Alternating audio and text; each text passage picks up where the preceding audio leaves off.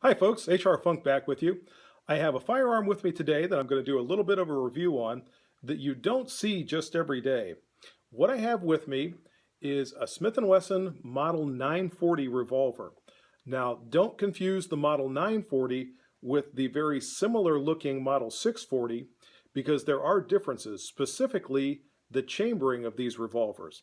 The Model 640, you may recall, was chambered for the 38 Special cartridge initially and eventually was chambered for the 357 Magnum cartridge.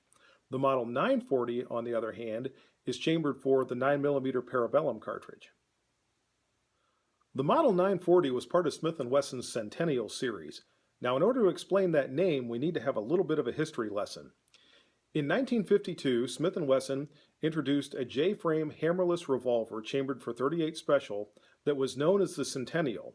The name came from the fact that 1952 marked the first 100 years of existence for Smith & Wesson as a firearms manufacturing company. There were some differences between those original Centennial revolvers and the ones that came later. Specifically, the original Centennial had a grip safety, and if you ever see one of the originals, you'll notice very prominently that grip safety on the back.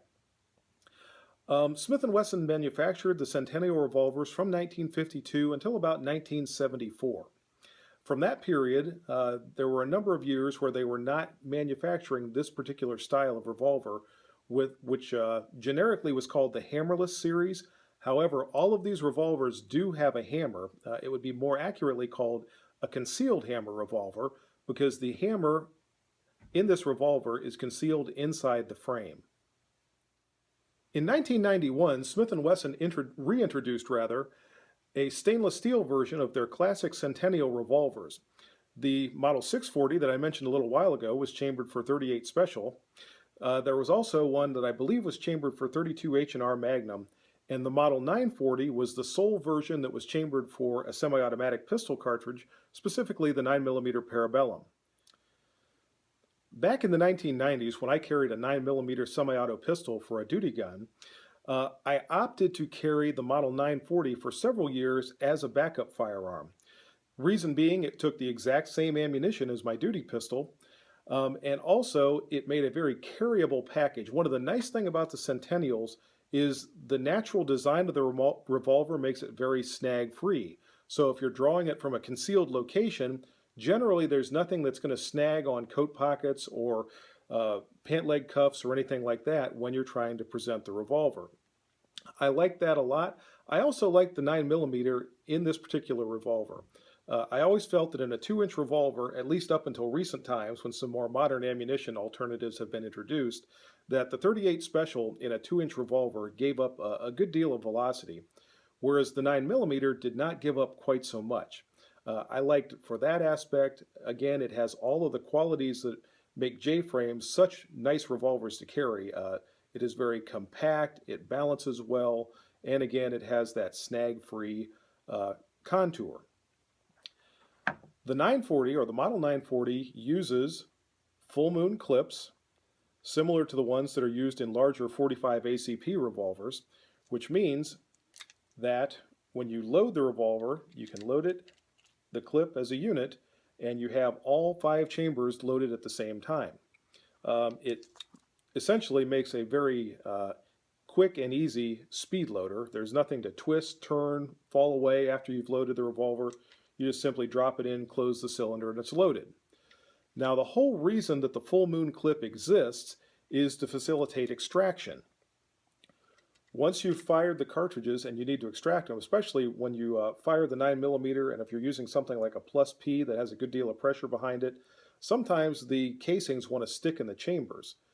When there is no clip in use, there's nothing for the extractor to push on to remove those casings from the chambers. But the clip not only allows it to extract the cartridges, but allows them to be extracted as a unit, and they all come out at the same time, which makes for a quicker reload. Again, I like the full moon clips in this type of a revolver. Some people don't. Some people are leery that they're going to get bent or somehow stop the firearm from working. I never had that problem. And in fact, when I carried this revolver, I always felt very good about the fact that the closed frame when I was carrying it concealed, kept lint and dirt and what have you from getting inside and potentially causing functioning problems. And again, I had a full clip of ammunition loaded in there that was ready to go if I needed it, and it was easy to present from whatever concealed location I might have it if I needed it in an emergency situation. My duty load back in the day that was issued by my department was a plus P plus 9mm.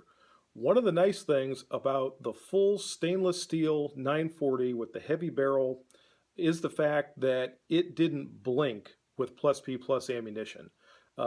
This revolver basically ate a steady diet of that stuff for probably the 5 years or so that I carried it, and it never had a problem with it. The only issue that I had early on was some sticky extraction. I sent it back to Smith & Wesson, had the chambers polished to make sure that I wasn't getting that, and that pretty much did away with that problem. The only downside to the 940 is because of the same thing that makes it such a strong revolver, being the full stainless steel construction, also makes it a rather heavy revolver. And if you were carrying it in an ankle holster or an inside the waistband holster, particularly off duty, there was some weight to this revolver. It weighs 23 ounces.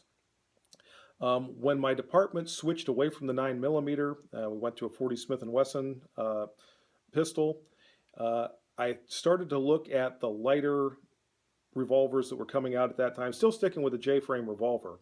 And I opted for one of the titanium framed revolvers that Smith & Wesson was making at that time, just specifically because of the weight. And that's really the only negative comment that I can make about this particular revolver, is the fact that it's a little bit heavy. Other than that, it is a fine firearm. Again, I carried it for quite a number of years. I shot it a lot, and it is just as good today, with the exception of just a few battle scars. Just as good working condition today as it was the day that I bought it. These were very durable revolvers and very good revolvers. Unfortunately, they didn't catch on real well in the market. They only manufactured these from 1991 until about 1998, so they had a 7-year life. During that time, they did make a couple of variations of the 940. There was a 3-inch model that you will come across once in a while. It's not as common as the 2-inch version.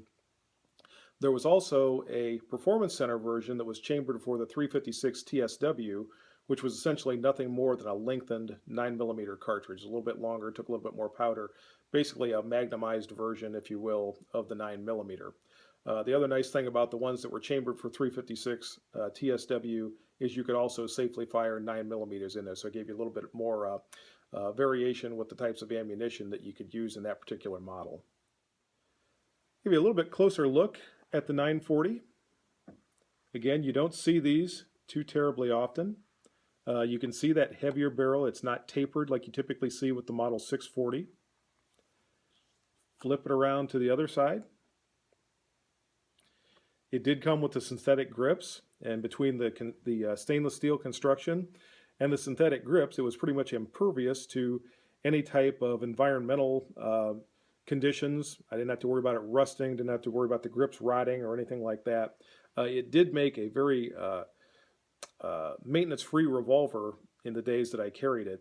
And if I still carried it today, I would still feel just as comfortable if I was carrying this. The only thing is, the revolver I carry nowadays, like I said before, is a little bit lighter.